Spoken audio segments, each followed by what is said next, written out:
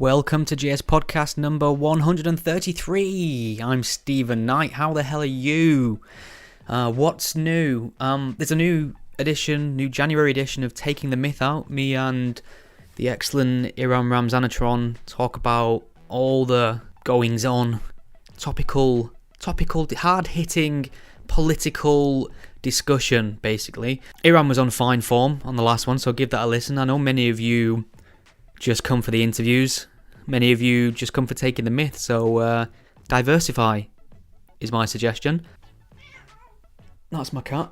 It's so rude. This episode, I'll be speaking to Izzy Posen. Now, I find Izzy's story fascinating. Izzy grew up in East London, born in the UK, but didn't learn English till he was 18 because he grew up in a really strict Jewish community, a Hasidic community. And he's going to be speaking about how he got away from all that and what it was like to live that kind of life where the internet and entertainment was forbidden and every waking hour was dedicated to learning your scripture and being told that everything outside of that world was a danger. Very bright chap, really enjoyed speaking to him. I'm always fascinated to hear from apostates because I'm not somebody who had a religious upbringing. I went to a very, Church of England primary school, but nothing really stuck. I was probably too lazy, if anything. I think you could be forgiven for thinking I've had some bad experience in my life, some sort of emancipation from some sort of religious cult because I spend a lot of my time talking about it. But no, not really. Nothing really. But the same can't be said for Izzy. So I think this is the first time I've had somebody who's left a very strict Jewish community on the podcast. I've spoke to many apostates of different stripes and flavours over the years, but this one was quite an eye-opener. So let me know what you think on Twitter. You can find me at gspellchecker. Send some love Izzy's way. He's on Twitter at PosenIzzy. Posen is Posen, Izzy Izzy. Send him some love, send him some feedback, send him some follow-up questions. I'm sure he'll be pleased to hear from you. You can keep up to date on the podcast at gspellchecker.com. Enjoy. There's a word that some folks find real hard to spell. Ain't it horrible for me, except after seeing who cared to go burn in hell? But then along came a man, a spell took across the God of creed, and he set out upon a noble quest to help those who don't know what it means. And he said, it goes Antisemitism, and don't you put that I before that E. Antisemitism, don't mean we know, speak to dumping. And he keeps on out physically saying, a reason sharp as a knife will make him run away. But if they start that fight, well, they can go all day. Spell checker, easy, got to spell check. Now you know how it goes, I sing along with me.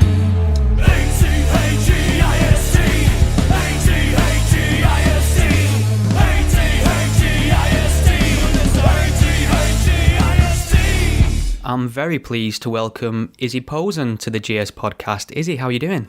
Hi, Stephen. Yeah, I'm doing fine. How are you? Very well, thank you. I appreciate you joining me on this perfectly serviceable Saturday morning.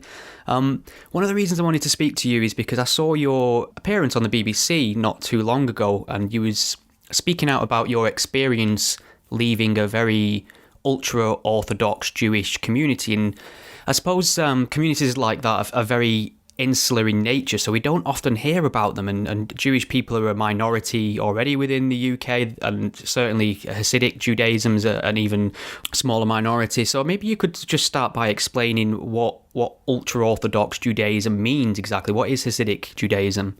Of course. So first of all, there's a minor correction. So there's a difference between ultra-Orthodox Judaism and Hasidic Judaism, and I'll explain. So ultra-Orthodox Judaism is, as it sounds, a more radical and strict branch of Orthodox Judaism in general. And I can go into more detail about that if you want. Sure, happy to learn.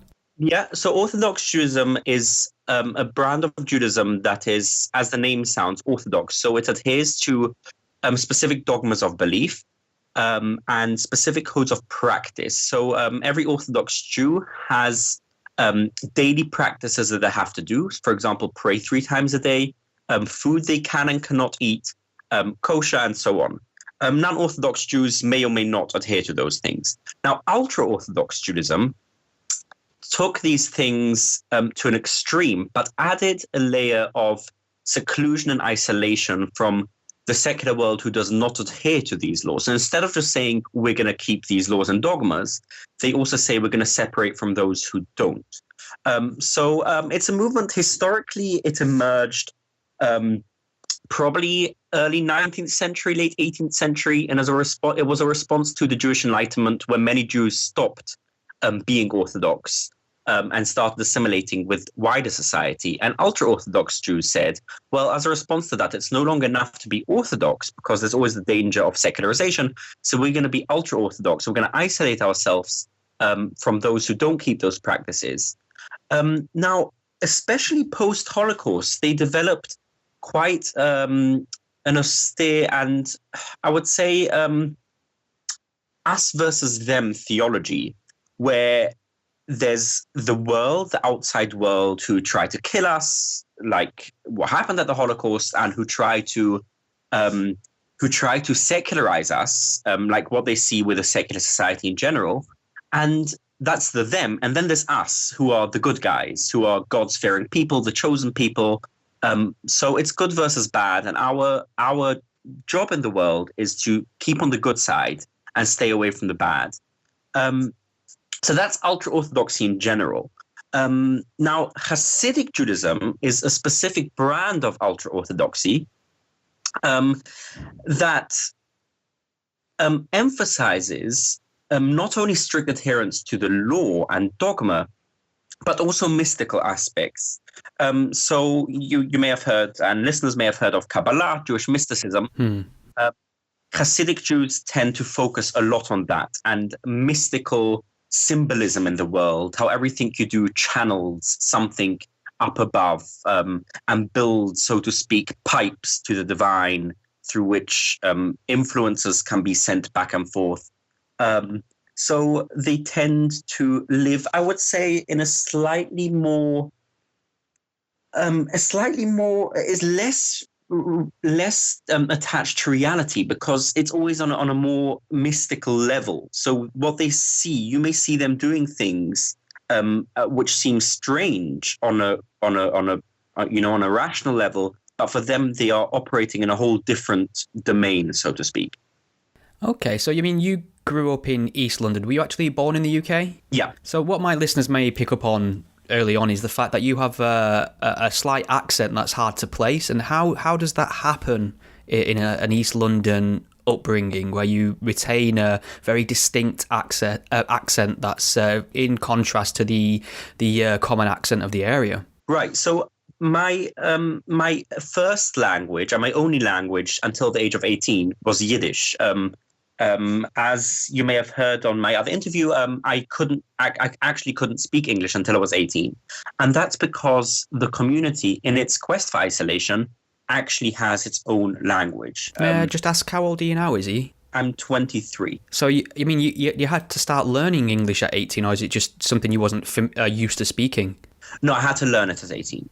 Wowzers. Well, you've done an exceptional job of picking it up. Thanks. I'm quite astounded by that. But no, do continue, sorry. Yeah, so that's where the accent comes from. It's because, I was speaking a different language. And how you asked how they do that living in London. So that's part of the mechanism by which the community is set up. Yes, they're physically living in London. Yes, they're living on streets where there might be non-Hasidic Jews and non-Jews, living on the same streets and shopping in the same shops. But they've managed to create an isolationist culture, which may not be physical, but is sociological. So a Hasidic Jew would almost never interact with a non-Jew, or even a non-Hasidic Jew for that matter, unless in specific necessary cases. For example, we did go to the doctor, and due to the fact that Hasidic Jews tend not to go to university, there are no Hasidic doctors. So we did go to non-Hasidic doctors, and we would interact with them, but would be very, very minimal and very matter of necessity. But in daily life, we would never interact with non-Jews. We had non-Jewish neighbors whom we never ever spoke to. It was just, it's almost as if they're in a different country. We don't speak to them. What sort of justification was given for this? I mean, how were non-Hasidic Jews described to you within that community? What sort of things were said about people outside of your particular bubble? So the main reason given, it's seen as safety, quarantine. Quarantine is the wrong word, but keeping us isolated from them because they have things that are bad influence for us. So, for example, our non-Hasidic neighbor may have television at home, and television is regarded as very profane and defiled because it gives you access to all the bad that's happening in the world. And because we want to shelter ourselves from that bad, then we have to take the extra measure of not even talking to our neighbor who has been corrupted by watching telly. So we don't want to get those influences from them. Right. Okay, and where this gets into very dangerous territory, really, is the schooling system. And you well, I suppose, I don't know if I want to use the word victim, but you fell afoul of an unregistered schooling system, didn't you? And maybe you could just explain to my listeners what that consisted of. What was the curriculum? What was the daily routine in an unregistered Hasidic school? Sure. It follows, naturally from the worldview of Hasidic Jews that they want to have their own schools to educate their kids in. Now, another key part of Hasidic ideology and ultra-Orthodoxy in general is that especially men have an obligation to spend pretty much their whole life studying the Torah, God's law. So this is the 5 books of Moses, and later on the Talmud, which is later rabbinic commentary on the Bible, on the Hebrew Bible. Because they want to spend the whole day studying religious texts, they obviously don't have time for secular education. That's one worry. Second worry is not only because they don't have time because they need to study religious texts, they also think that secular education is corrupt and it has lots of bad influences. So you may, if you go back to thinking about, for example, the big science wars between the church and Galileo, for example, there are interesting parallels because the church believed that knowledge comes from God. That's where knowledge comes from. The biggest, if you want to know what's true and what's out there, don't do experiments. Don't look with your own eyes. They are fallible. They're human flesh and blood eyes. Listen to God. And of course, Galileo comes along and says, actually, we can do experiments. We can look with our eyes. And it's quite similar with Hasidic Jews. The way they view science is a human endeavor where humans are arrogant and think they can just go out there and discover what's true. They're mistaken. How you discover what's true is you look into the books. God, with his endless wisdom, has put all of his knowledge in his Torah, in his teachings, and that's how you discover what's out there. So the very idea of science is a corrupt idea in itself.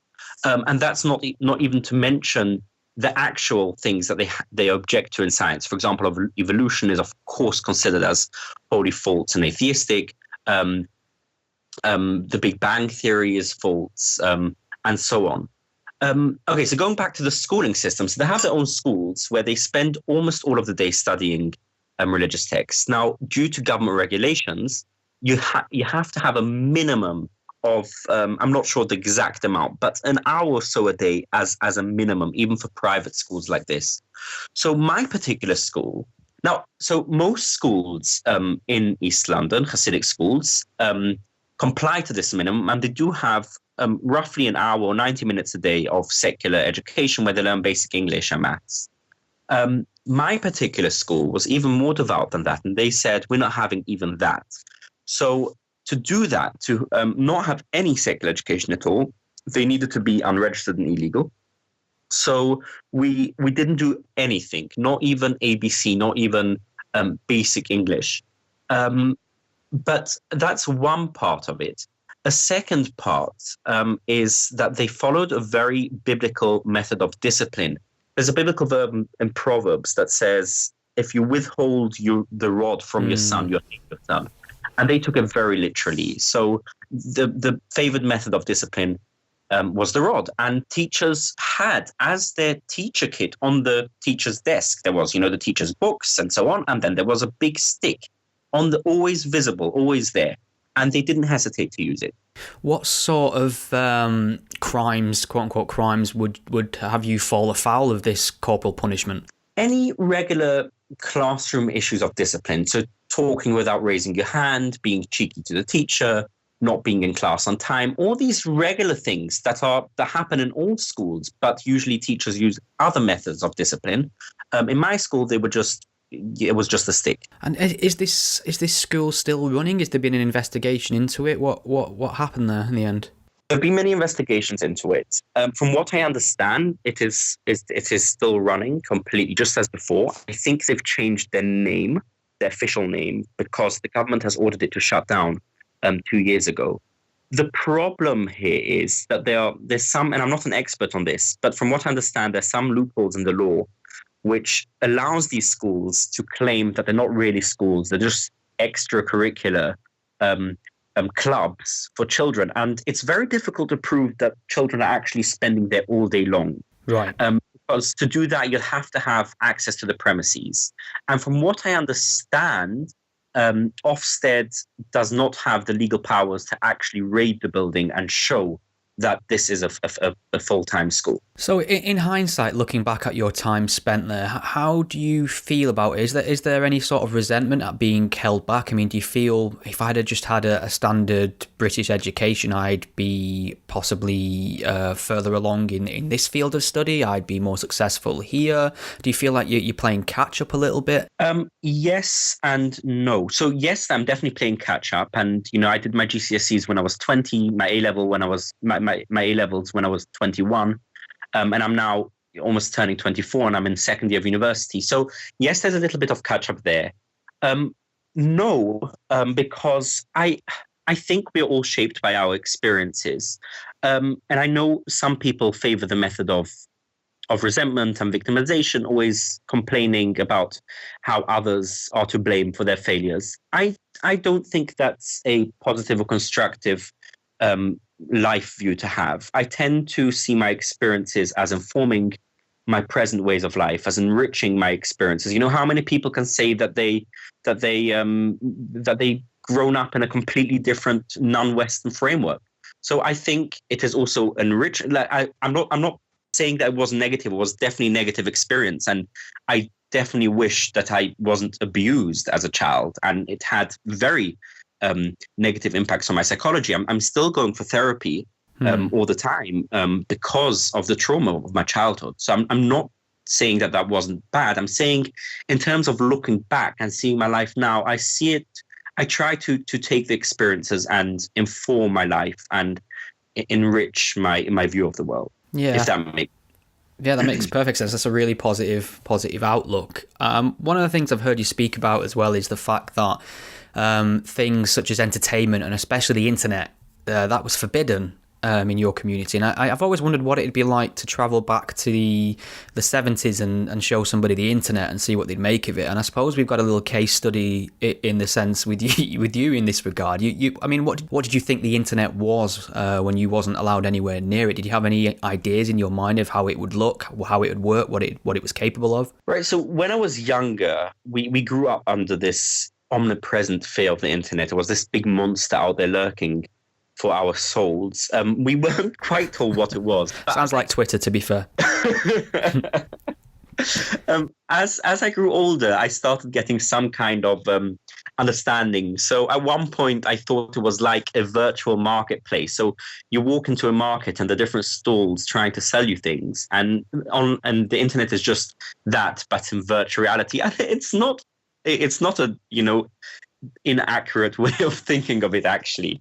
But when I was later on, I heard about things like YouTube and Twitter and Facebook.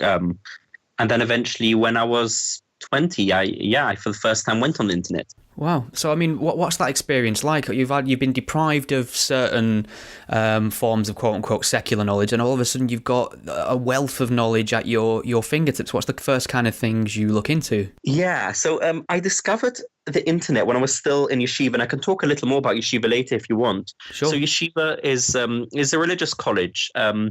But of course, it's a sleepover college as well. So we sleep there in the dormitory. And of course, internet is strictly forbidden. Now, I had a roommate who was slightly rebellious himself. And he had a smartphone. I think it was an iPhone 4, a small smartphone. And when he was due for an upgrade, he gave me his old one. So I'm there in yeshiva. I have to hide it, of course, because if I'm found with it, I'm immediately dismissed. But I'm discovering the internet for the first time, and it's like, yeah, as you say, it was a massive transformative experience. And actually, I was so obsessed by it and glued to it that for the first couple of weeks after discovering it, I almost spent 24/7 on it. So I dropped all my classes and lectures. I would just and you can imagine, I can't just be in my room on it because the supervisors can discover me. So I had to lock myself into the toilet to be on it. So I would just sitting in the toilet for hours and hours every day, just for the first time discovering stupid things, going on YouTube and discovering the kind of things that are on there. Wikipedia was an amazing resource of information. And in terms of the first things I looked up on, because I was then involved in a deep faith crisis, and I didn't have the resources to deal with it until that point because I was denied access to any, books like The God Delusion or so on. So the first time I went to the internet was, of course, I was Googling all these questions and atheistic terms and heretical thoughts. And that's when I became intimate with higher biblical criticism, which is the academic theory that the Bible was written by multiple authors and so on. And that was a very transformative moment in my transition, because for the first time, I had an alternative to the narrative that the Bible was given by God on Mount Sinai and so on. Excellent. So, I mean, you also took a more traditional form of finding forbidden knowledge in the sense that you take books out from the library and also, sort of smuggle them back home so you could read them in private. And what sort of things were you checking out there in order to expand your horizons? So initially, it wasn't anything heretical, so to speak. It was just benign subjects like maths and science. I was genuinely interested in these subjects, and I just wanted to know more about them.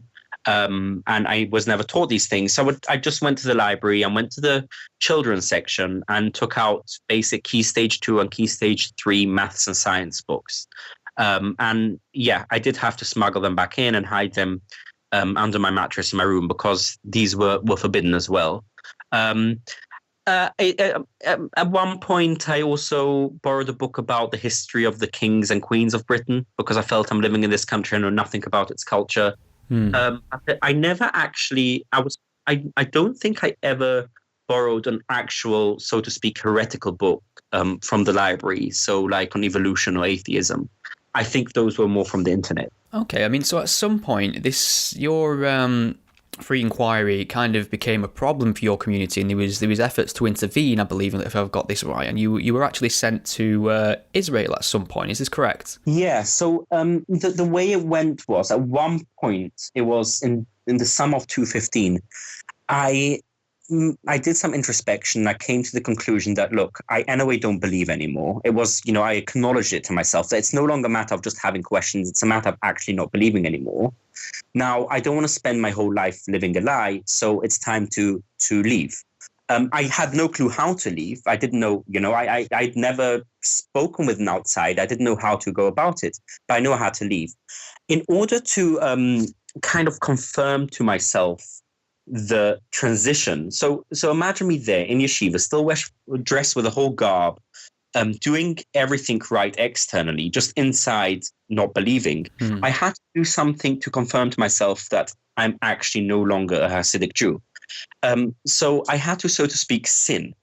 So I started not keeping the laws anymore, in private, of course. I couldn't do it in public because, I was still in yeshiva. So do you want me to tell this? I spoke about it on the BBC, the incident with the ham sandwich. Do you want me to talk about that? Absolutely. And I always find bacon-based products tend to play a huge part in apostasy stories. Interesting. There might be some interesting research to do into that, why that is. So I was desperately looking for sins to do, right? Because my whole life was, even though I was not believing, I was still like a completely practicing Jew. So I came up with that brilliant idea of just trying out ham. Now, it wasn't out of desperation or out of, I need to taste what this is. It was just a matter of doing something rebellious. So the best day I found to do that was on the Sabbath, because I figured that then no Jews would be in the shopping center, because Jews aren't allowed to shop on the Sabbath, on Saturday. So I went with my whole Hasidic garb, with a hat and the long coat and everything. I went to the shop, and indeed there were no Jews there. I bought this ham sandwich. I picked out especially a sandwich that I knew was based, a pig product that I know isn't kosher. And I ate it there in the toilet of the shop, because of course I couldn't bring it back. And that was an amazing. So at this point, are you complete? Your appearance is that of an Hasidic Jew at the time of you buying a ham sandwich. Did this raise any eyebrows at the counter? I did self-checkout. Okay, smart, very smart. Yeah, but yeah, appearance completely of a Hasidic Jew, like no external difference whatsoever.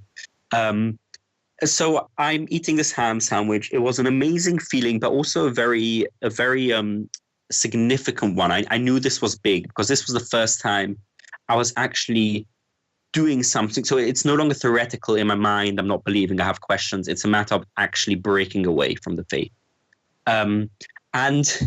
And then following that, throughout the week, I was for 1 week more in yeshiva, and I'll come to the story of how I was sent to Israel. But for the next week, I just tried to grab every opportunity I could to do something rebellious. So this may sound ridiculous, but kosher laws require that you don't eat milky and meaty products together.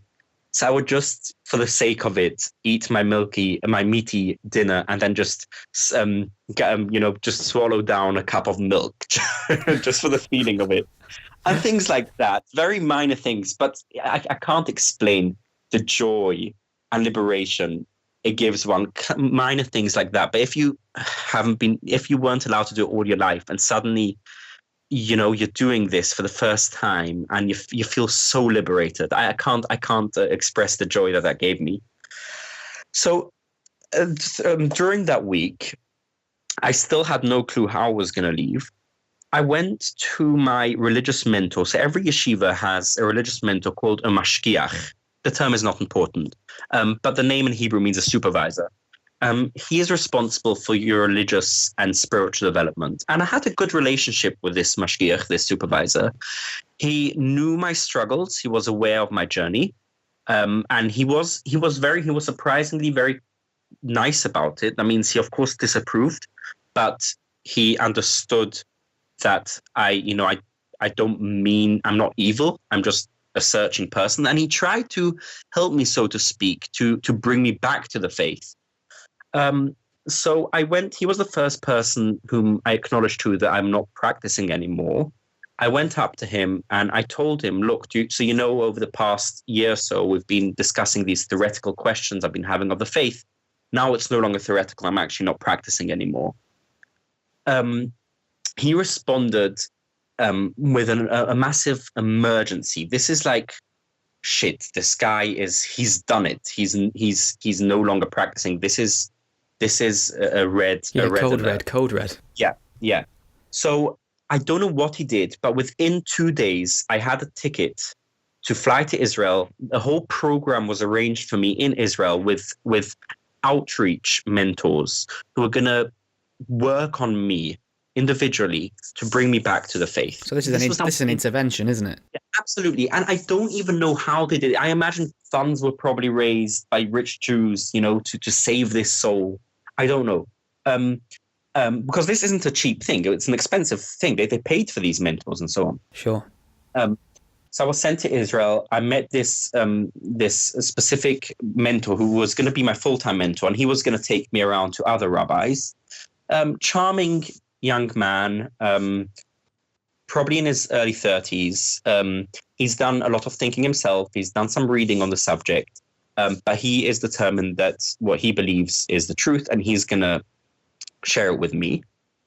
He wasn't Hasidic, so he was ultra-Orthodox, but not Hasidic. So at that point, my community decided, you know what? Okay, he's at this point already. Whether he's Hasidic or not is no longer so important. Let's just make sure he's still religious and Orthodox.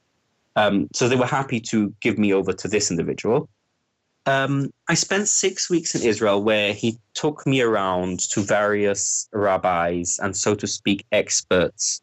And each of them gave me their versions of arguments of why, Orthodox Judaism is the correct way. So some would try the philosophical angle of arguing, oh, if God doesn't exist, who created everything? Some would try the biblical angle. Look, the Bible says that these miracles happen. You can't just make up miracles because it says that people saw it. So it must have happened. So therefore the Bible must be true. And I just spent 6 weeks trying to refute those arguments and I was also asking them all the time, I was like, look, I really want to look at this objectively. It's not, the reason I'm doing this is not because, I'm desperate to eat pork. I want to do this because I genuinely want to discover the truth. So how am I going to discover the truth if you only show me one side of the argument? Take me to meet other people on the other side. So in Israel is a secular country. There are plenty of atheists there, atheist academics and thinkers. I beg them, let me meet those people and hear what they have to say. And then I'll hear what the rabbis have to say and I can make an informed choice. But they never did. They only took me to rabbis. So I was left on my own devices to try and fend off arguments by people who have spent their whole life thinking about this. So it wasn't easy. I mean, obviously this hasn't taken. You're obviously a free thinker by this point. You're inquisitive. You want to actually, like you say, use the word objective. You want to know what is true. So, I mean, obviously it didn't stick. The intervention failed, and you have to return back to East London in this frame of mind. So what happens next from there? Right. So after 6 weeks, and by this time it was almost September, and by this point I discovered this not online organization, but I discovered them online called Mavar. Mavar is an organization. Mavar means transition in Hebrew. It's an organization set up by Jews, by non-Orthodox Jews, or at least non-ultra-Orthodox Jews, to help people in my situation. And this was a new organization at the time. It was just 1 or 2 years old. And they were there specifically because they knew that people like me were out there, and they knew that there is no one to help us. So they were there to provide us with the first steps into the world. And this was really first steps into the world. Like I had no idea, of anything, how things work in the world. How does education work? How does dressing work? Anything. So at that point, I discovered them in Israel online. And I was in communication with them. I told them my situation and that I do intend to come back from Israel and I want to study. I told them my goal was to go to university eventually. I didn't know how to do that. I had no qualifications, but I told them that was the goal. And they were in touch with me whilst I was in Israel. And they told me, if you want to get to university as soon as possible, you should really be back by September because that's when college starts and we can get you an adult GCSE course. And you won't be able to go to university without that. So if you don't come back by September, you'll delay that course for another year, which means it'll take another year until you get to university. So I was desperate to come back. But I was speaking to people back home in the community, and they said, you can't come back because you're not religious yet. You still don't believe. You have to stay there until you believe. So that was the situation. Eventually I decided I really need to come back. There's no choice. This can go on for a lifetime. They can always argue, I haven't listened to enough rabbis. There's still one rabbi out there whose argument I haven't listened to. This can go on forever. So I contacted back home, and I'm going to be, forgive me if I'm going to be slightly vague. I don't want to, the thing is, I don't want to mention specific people because I know this interview may go out there and people might hear it. So I'm going to be vague and just mention people in the community without referring to specific family members. Sure, if that's okay. Yeah, that's completely understandable. Whatever you're comfortable with. Yeah. So I'm speaking with people back home, and they told me, look, if you come back and you're not religious, then you're not coming back to the community. We won't let you in. You can't come back home. You can't speak with your former friends. So you're homeless.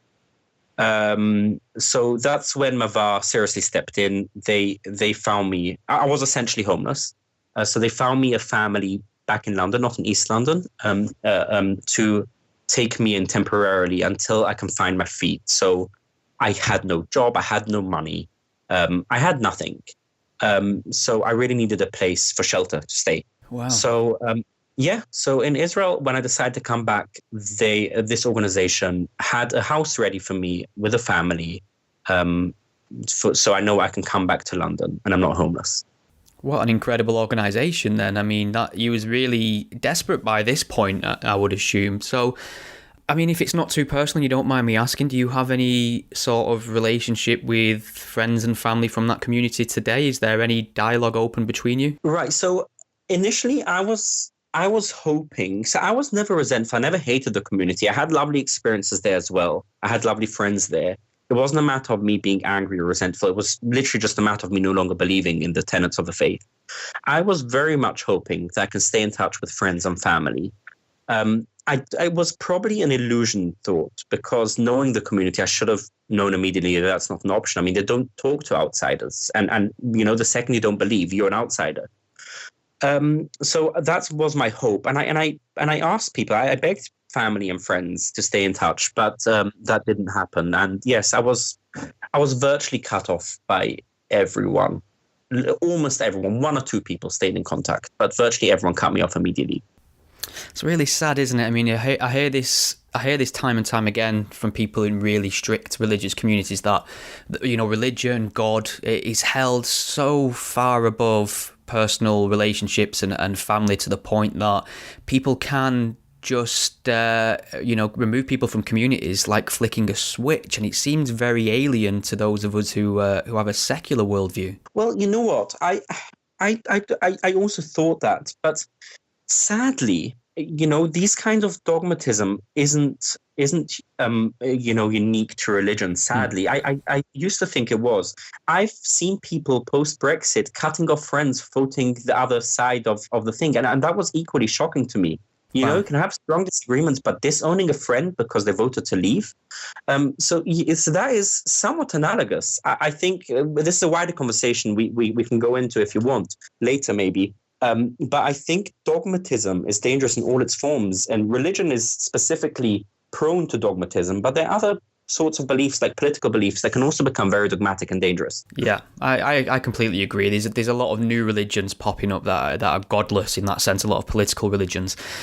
So you've mentioned before, you used the term that you're a non-believer, you don't believe anymore. Is that referring just to the doctrine you grew up in, or do you take a general view in the God question? You don't believe in God anymore. Where are you on this atheistic scale? Yeah, I am an atheist. That's great. So yeah. One of us, Izzy. Welcome to the club. So what tends to confuse a lot of people as well is because you still take value from your Jewish culture. You still identify as Jewish, but you'll term yourself a sort of Jewish atheist as well. Now, I understand the ethno-religious implications of that term, but it does tend to confuse a lot of people. So maybe you could just explain a little bit how one can still identify as Jewish, but not believe in God on the other hand. Of course. And I'd say I am an atheist, but I'm not a new atheist, if that makes sense. So from what I understand, new atheism, the kind of Richard Dawkins brand of atheism, sees not only it as a factual fact that God doesn't exist, which I agree with, but they also see it as a moral fact. So believing in God is not only wrong, but it's also bad. I don't necessarily take that stand. I see lots of value in religion. I see lots of people, of course, outside of the ultra-Orthodox world, who do believe in God, but they are really nice people, and they use their belief in God to inspire them to do good, right? I see that. I don't see that as necessarily bad, although I don't share that belief. Now, when it comes to wider questions about religion and culture, since I see religion as man-made to begin with, if it's a man-made thing, it will have the best in man and the worst in man. Now, I think our job as atheists is to look at these traditions and pick out the human wisdom that went into millennia of constructing it and discard the bad parts. So that's what I try to do with Judaism, not because I think Judaism is special, just because Judaism is the culture I was raised in. So I would read the Bible as a human-made document, and I'd see the problematic bits and I just discard it right out. I have no issue with that. But then I'd see nice bits. For example, rest on the Sabbath, right? Mm-hmm. It's a lovely thing to have one day a week to rest in. That's not a bad thing. So why not? I take it. But there are things I don't like eating kosher. I think I don't find any value in it. Why should there be a difference if I'm murdering a sheep or murdering a pig? you know? Yeah, So, I think what some people might say though as well though, in terms of cherry picking and hanging on to the positive bits versus the bad bits that you don't like, others would say, well, the positive things that you take value in from scripture are not exclusive to Judaism. There may be better, more secular sources to derive them values and practices from. Do you not feel like resting could be derived from a secular self-help philosophy rather than say an ancient book which is primarily focused on obedience to a deity? absolutely, absolutely. I would never take values from the Bible. So it's not that I look in the Bible and it says rest and I'm like, oh yeah, that's a good idea. It's the other way around. I knew that resting was a good idea and I just ground it in my culture. So people don't exist in a vacuum. People have cultural norms and cultural practices, and rituals are an important part of cultural practice. Secular people also have rituals, right? There's manners, etiquette. So of course, it's not a matter of taking values from religion, because I think religion is very bad at being a source of values. As you say, I'm taking my values completely from secular sources, from philosophical schools like utilitarianism and virtue ethics and other sources. That's where I get my values from. But I ground it in a cultural frameworks. For example, I can rest any day of the week, right? Yeah. I rest on Saturday just because that was the cultural practice that I was raised in. So it's not a matter of letting religion inform my values. It's a matter of grounding my secular values in a cultural context, if that makes sense. So in terms of you emancipating yourself from this very strict community, some people would want to just live a quiet life and enjoy all the things they've been forbidden, and you seem like somebody who's got an activist mentality. You want to speak out about it. You seem like you think that doing so may help other people. And do you now take a keen interest in issues that are similar to your own, sort of ex-Muslims, people leaving Judaism, criticism of religion, things like that? Is that something that keeps you interested in general? Definitely. I would say, though, I don't like the word activist, just because it has taken on a somewhat SJW connotation. Yes. People have referred to me as an activist before, and I correct them usually. Right. And I think the word activist itself has dogmatic connotations, as if I have a dogma that I have to stick by. I don't. And my general philosophical views of skepticism, I don't take even my own views seriously, right? Right. But yes, I do take a keen interest in people who leave restrictive communities. First of all, it gives me tremendous joy to see someone being liberated in that way. I know what it feels like to be restricted, and I know the sweet taste of freedom. That tastes like ham, apparently.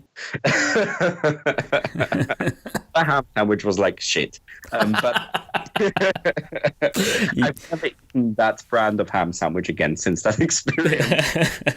At least it was your choice, though. Yeah, but more importantly, when I was in those crucial months of making my decision, so the community has a narrative about people who leave. The narrative goes that people who leave are just miserable and tend to be suicidal and are never successful. You can't be successful. If you leave, you abandon the faith, there's no way you're successful. And that was so powerful that even when I was already no longer believing in God, I still believed in that narrative because it seemed logical to me. After all, if you are for all of your life raised a certain way, it isn't easy to suddenly, go to a different way. And you are denied an education. So how are you suddenly going to go to university and so on?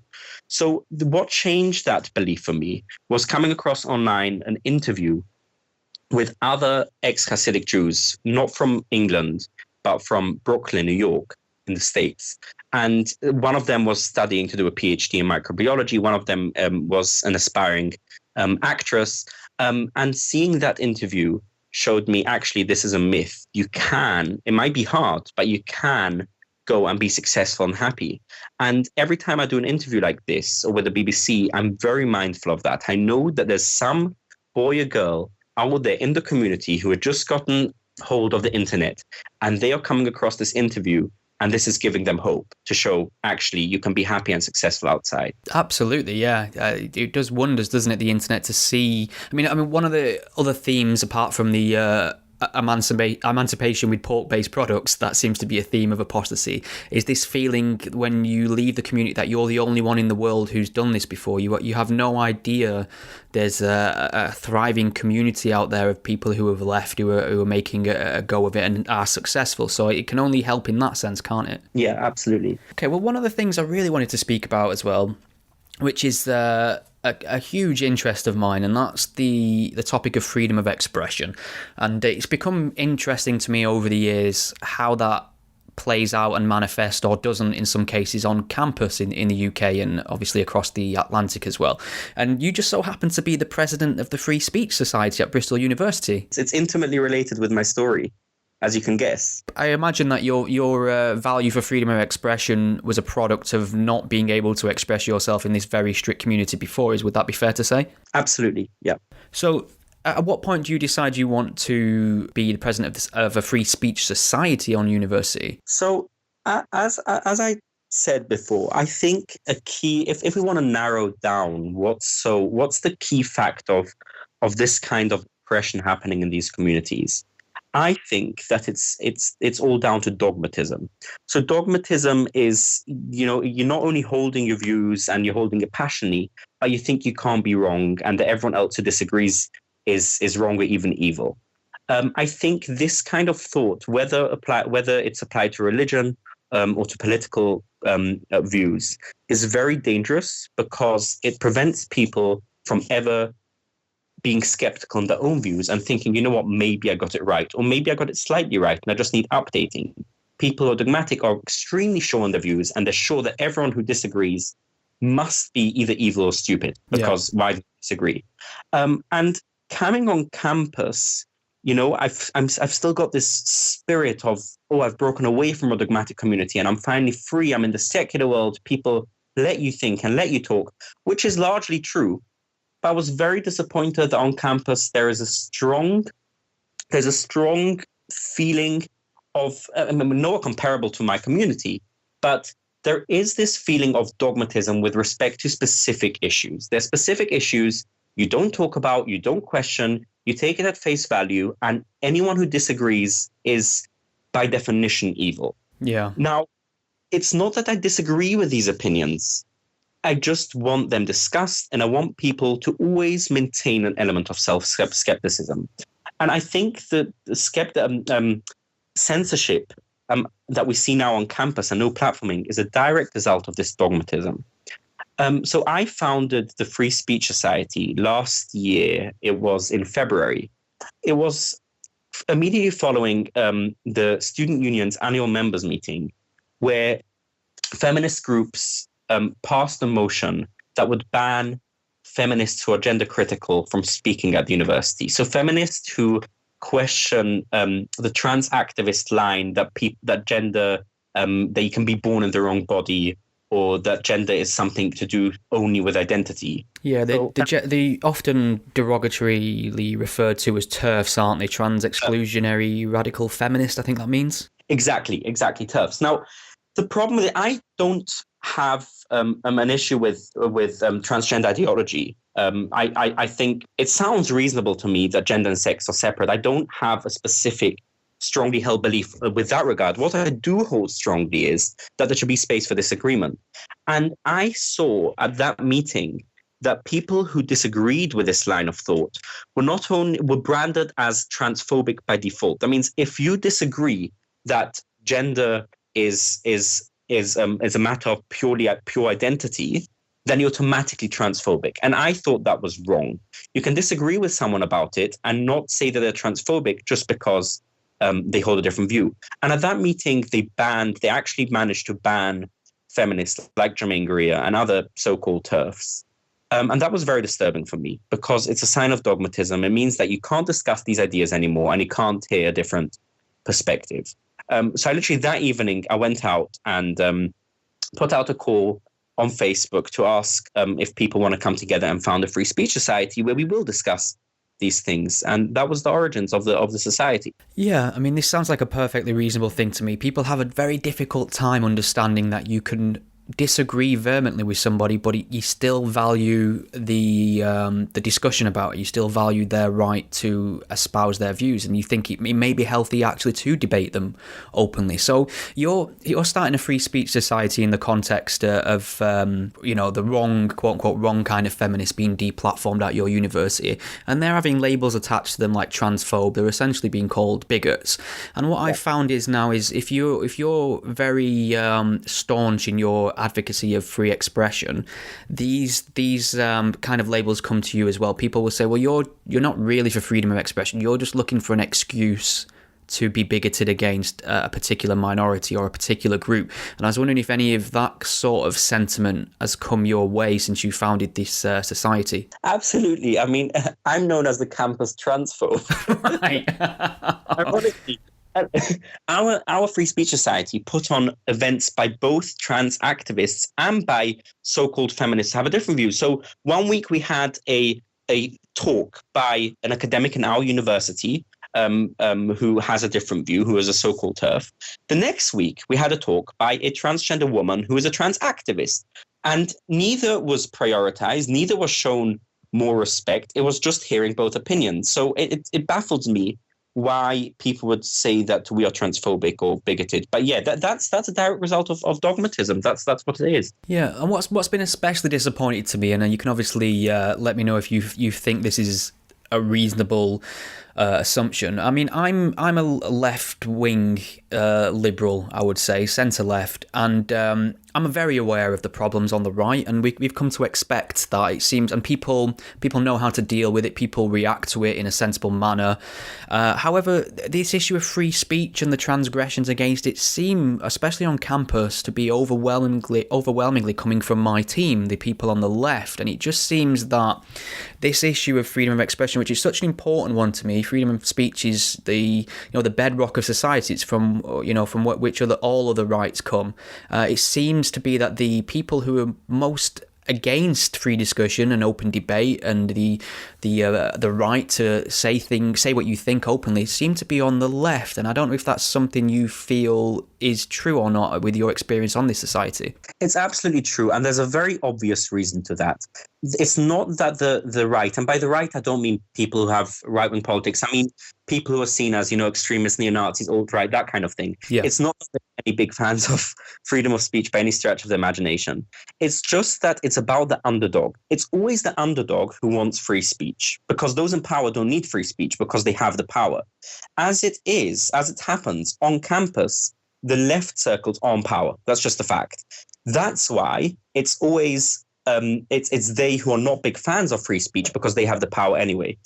That's something I think is you see a lot in history. It's always those who are not in power, those protesting, who ask for free speech. If you go back a couple of decades ago, free speech is a leftist idea. It's an idea by civil rights movements. It's an idea by communists, Rosa Parks and others who campaign for free speech. But the reason it's changed now is now on campus, the left is on power. They no longer need free speech. So how overblown do you think it is in your opinion? We see a lot of headlines now about the intolerance on campuses. There's a lot of people throwing words around like snowflake, the idea that the universities are just churning out young adults who can't take offence, who are going to be useless at their jobs because they're not going to have any experience of the real world. Is this being overblown? Is there a sincere problem there? Where's the balance, do you think, in addressing this issue of free speech on campus? I think people always tend to exaggerate when they talk about problems. So it's of course not the case that people, won't be able to cope in the real world. People will adjust to the real world. It's more of an issue that there is a lack of balance now with taking offense when other people talk and as I said, dogmatism. It is a serious problem. I see it on a day-to-day basis here. I do think it's a problem. Whether the headlines are accurate, I think headlines always exaggerate. Yeah, I tend to agree with that assessment. I mean, it must be very strange for somebody like you who has had certain knowledge and ideas forbidden to you by powers around you to go to somewhere where you're able to access any debate or information you want, but there's certain people there that are self-imposing the same thing on themselves. Nobody's telling these students they can't, nobody from above is saying you can't have a debate or you can't hear these people. They're actually organising the deplatforming mobs and the self-censorship themselves. Does this strike you as fairly strange, given your thirst for knowledge in your former life, so to speak? It's very, very strange. It's very strange. And there's another weird thing. Usually these censorships are done under the justification of protecting minorities. What I found very interesting is that it's usually these minorities who want free speech the most. Yeah. Any free speech session that our society, the Free Speech Society, does, is extremely diverse racially, and we have all kinds of people, especially people from repressive countries. So, for example, at the Freshers' Fair, Chinese people kept on coming up to us and being so delighted that there's a free speech site. They were like, free speech, wow, I don't have free speech in my country, I want it. And it's strange that those who, censor and those who are opposed to free speech do it in the name of these very minorities, so to speak, to protect from racism. But it's these minorities who want it the most. Yeah, that makes perfect sense to me. And I see this time and time again. Certain people, unelected, self-congratulatory, representatives of minority groups who don't have their best interest in place, I suppose. Izzy, this has flown by. I've really enjoyed speaking to you. We've got 5 minutes or so left. I was wondering if there's anything at all you wanted to get across or bring up that we haven't discussed. I think we've discussed a lot of things. Maybe I'll recount an interesting thing I keep on encountering when I do interviews like these. So the people obviously comment on, when the BBC will put up an interview, people will comment. And I found a very strange phenomenon where there are these anti-Semites who just jump on the opportunity. They're like, oh, here's someone who is criticizing Jews. He had a bad experience with Jews. Oh, he's on our side. And they comment as if they are, I'm on their side. And they're like, yeah, these Jews, terribly, these long-nosed Jews. And I'm like, dude, I'm not on your side. You hate Jews. You're an anti-Semite. I am just criticizing a specific aspect of my experience.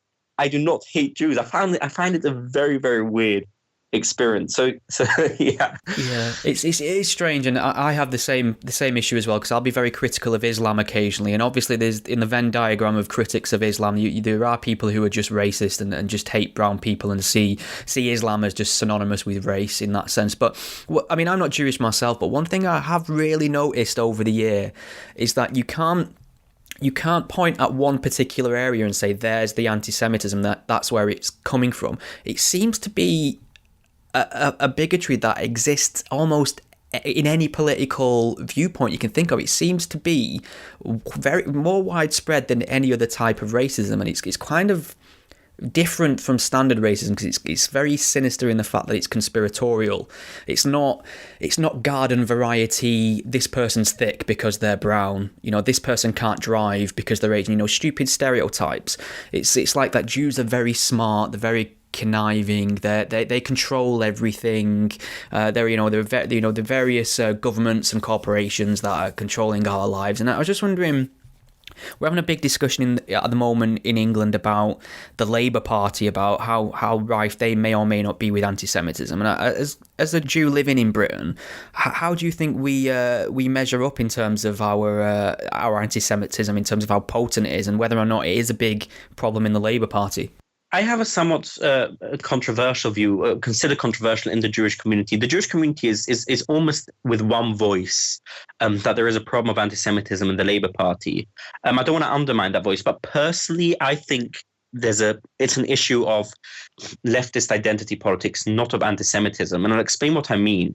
I think that the hard left, and I don't mean people, I presume like you, who just have somewhat leftist politics or want to see a welfare state. I mean hard left who see everything in terms of class struggle or racial struggle. They have a worldview where everything is carved up in terms of oppressor and oppressed. If you want to look who is the oppressor, see who's successful. That it automatically means they're the oppressor. If you want to see who's oppressed, see who is unsuccessful. That's somewhat a simplified version of Marxism. But I think many people on the hard left have a worldview like that. And I think this worldview leads to statements like, feelings like hating the West just for being successful and being the West. And I think it can also lead to Jewish hatred, because Jews tend to be quite successful. Israel is, it's a young state and it's been quite successful and influential. Jews tend to be doing good. The hard workers, they often get where they want. And I think, and I may be wrong, but my feeling is it's a wider problem of identity politics. And it gets expressed as hatred against Jews, hatred against the West, hatred against the rich, and hatred against the successful. Yeah, that's a very thoughtful analysis. Izzy, this has been great. I've learned a lot, and I've really, really enjoyed speaking to you. Is there anything you'd like to point people towards? I know you're quite active on Twitter. Not necessarily. No, I'm not actually that active on Twitter. No, have I misunderstood? It's probably the wise move, to be honest. No, I would just tell people to stay curious and stay self-skeptical. If you have a belief that you hold on to very, very strongly, that's fine. But just always retain the possibility that you're wrong, and always listen to what others who disagree say. That's great advice. Izzy, thanks very much for joining me. Thanks for having me. It's been a pleasure. Thank you for listening to the Godless Spellchecker podcast. The podcast is a one-man operation, produced in my spare time away from my day job, and I love making it for you. If you enjoy what you hear, please consider lending some support. The show is entirely listener supported. I don't sell anything, I don't run ads, and given the alternative and unpopular focus of my content, it's very unlikely to find a sponsor. So there are a number of ways you can support and chip in and help improve the show and give me more time to produce more content. You can become a patron supporter and pledge a monetary amount per month or per episode by visiting patreon.com/gspellchecker. If you can't lend monetary support right now, don't worry, there's other ways you can help the podcast too. You can share it on your various social media networks, or take a moment to leave a review wherever you listen to it. Your support is massively appreciated. Thank you. Think we've all learned something here today?